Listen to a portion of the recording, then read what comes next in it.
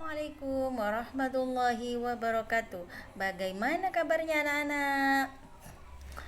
Pada kesempatan kali ini, saya Bu Mu'alifah ingin mengajarkan tentang tema 1, yaitu keindahnya kebersamaan, subtema tentang keberagaman budaya bangsaku, pembelajaran 1.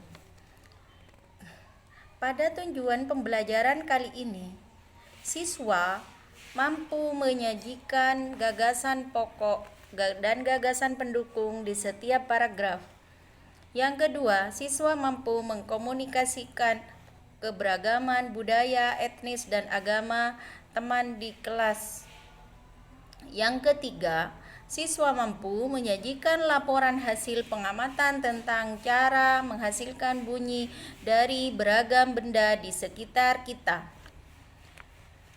Dalam setiap bacaan, biasanya memiliki berbagai paragraf. Dalam satu paragraf memiliki gagasan pokok yang didukung oleh gagasan pendukung.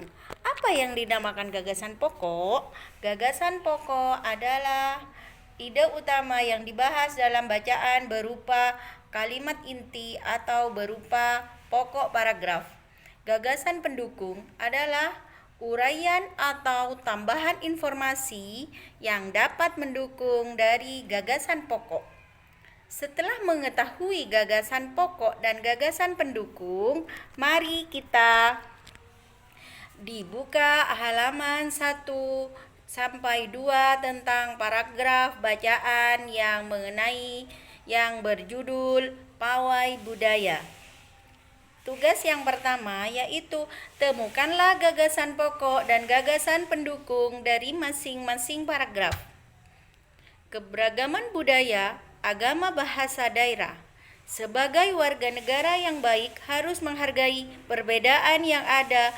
Tugasmu adalah temukan 5 siswa yang berbeda agama. Yang kedua, identifikasikan nama siswa, agama, asal daerah, dan bahasa. Kemudian tugasnya dikerjakan di buku tulis. Akhirnya ada beberapa cara yang harus diperhatikan dalam berbagai perbedaan, yaitu tetap bermain bersama walaupun berbeda agama, tidak mengganggu teman yang beribadah.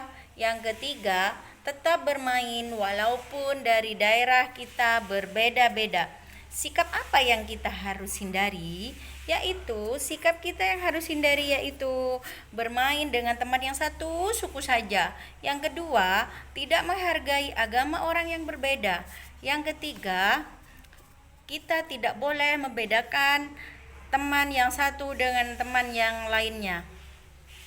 Kita harus mempersatukan semangat persatuan dan kesatuan bangsa Indonesia.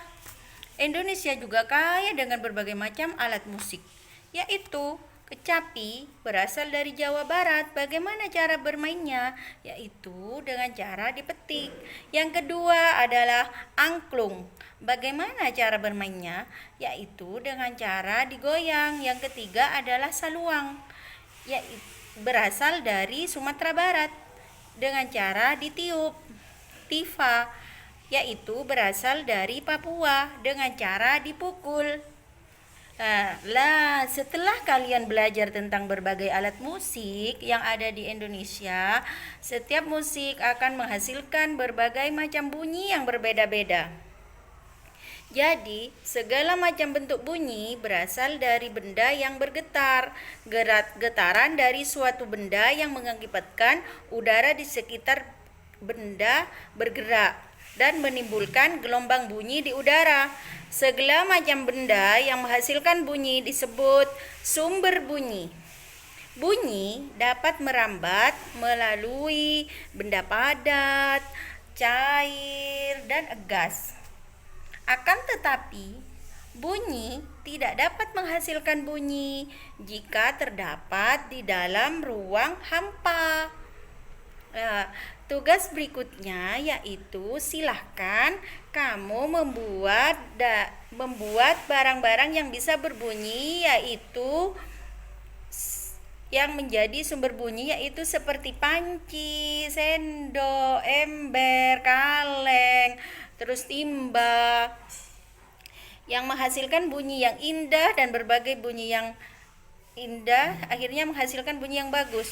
Nah, sebagaimana berbagai macam bunyi yang kalian hasilkan nanti berkaitan dengan keragaman yang ada di Indonesia akan tetap baik, akan tetap bersatu jika kalian tetap menghargai perbedaan-perbedaan yang ada di Indonesia untuk mewujudkan persatuan dan kesatuan Indonesia. Nah, demikianlah anak-anak materi yang Ibu sampaikan, bisa dimanfaatkan dan bermanfaat bagi ilmu pengetahuan kita.